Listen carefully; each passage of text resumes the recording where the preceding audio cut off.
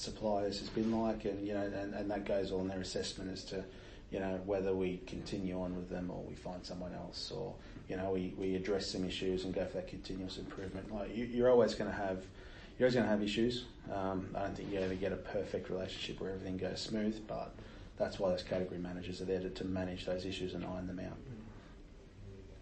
Yeah, true. So you mentioned earlier that over the years there's been change in focus and strategic direction. What would you say about the relationship you have with your suppliers and your customers? Would you say there has been any influence on those changes apart from the factors you mentioned earlier?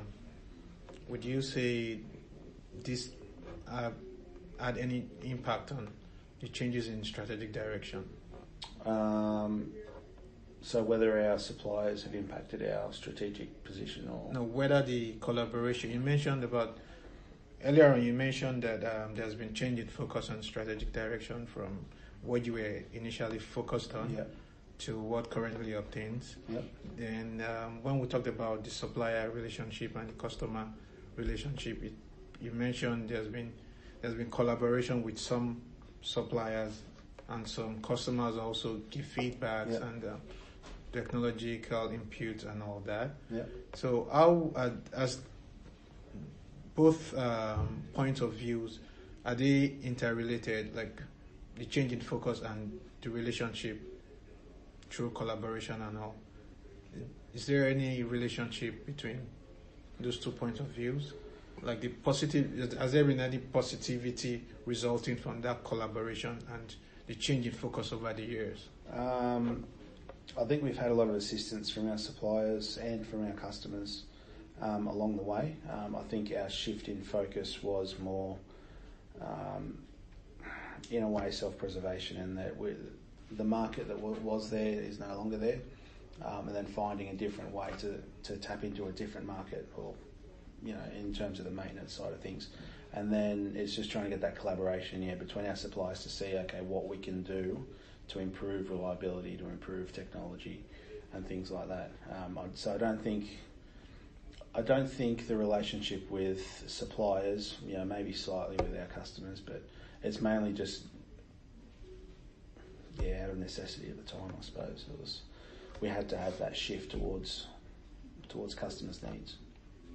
So I guess that would that have resulted in change in suppliers too?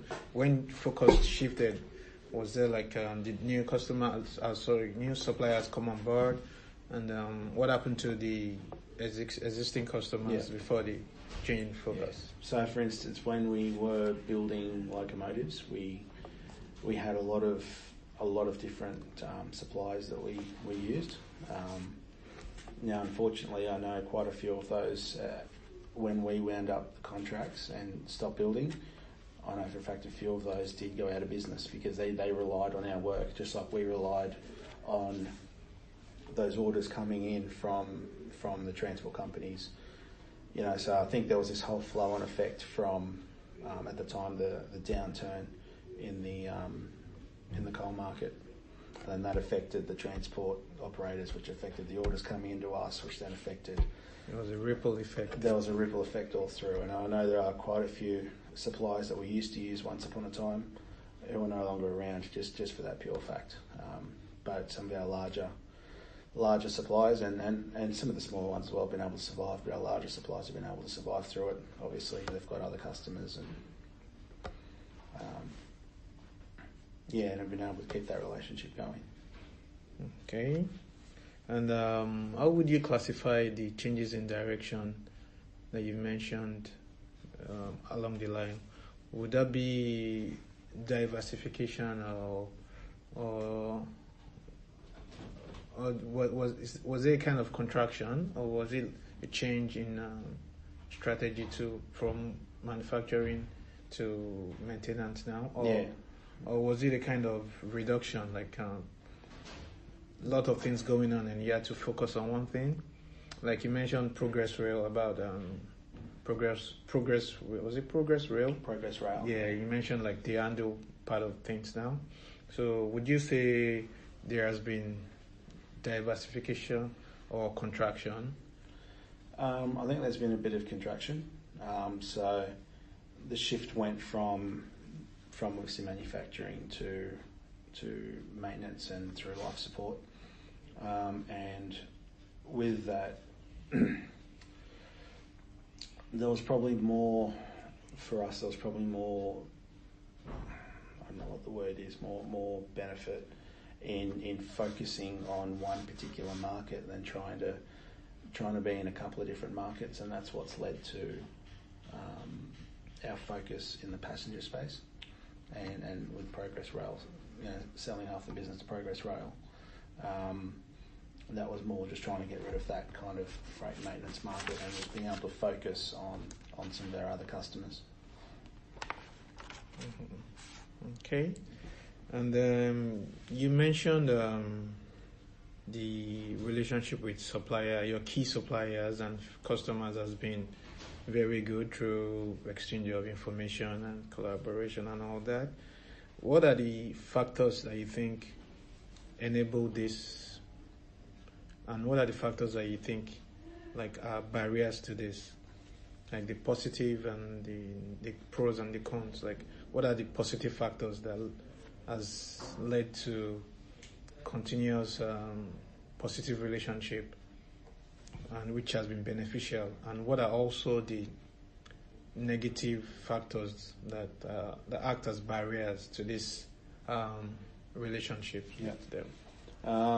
So with most of our preferred suppliers, our larger suppliers, we've had a relationship for quite some time, so it's good having that longevity as well in the relationship. They've been able to support us through many years. They understand our business and what our needs are, so that's a big part of understanding what we need and being able to support that. Yeah. So that has kept the relationship going strong. Yeah. Okay. So what about with the customers? What would you say? Has it been longevity too? Or? Yeah. There's certainly some longevity in our relationship with our current customers. We've been supplying and servicing their assets for a lot of years, and just having that ongoing relationship with that ongoing collaboration, that ongoing support with their assets as well, and just investing in technology and things like that with them. Okay. And what has been hurdles? What has been the hurdles you've encountered in this, in actually building the relationship with customers and suppliers to actually benefit the firm? What are the hurdles that you think exist? The barriers that exist between that hinders the relationship. I'll put it that way. What are those hindrances to the effective relationship between the supply chain and the firm?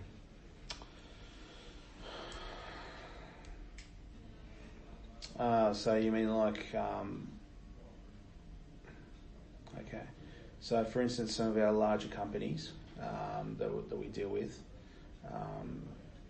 occasionally when you deal with larger firms, you don't get that same kind of responsiveness, you don't get that same kind of focus with some of the larger companies. You'll get local companies that will do absolutely anything for you, but then you get larger companies that say, well, these are our terms and conditions, this is what we can do, this is all we can do.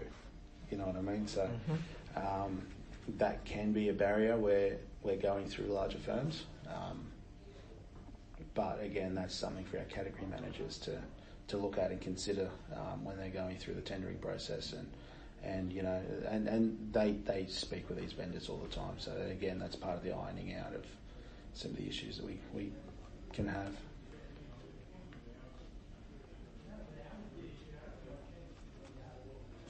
All right. So how would you say this benefits derived from your supply chain? That's the customers and suppliers firms. How has the improved competitiveness compared to major companies.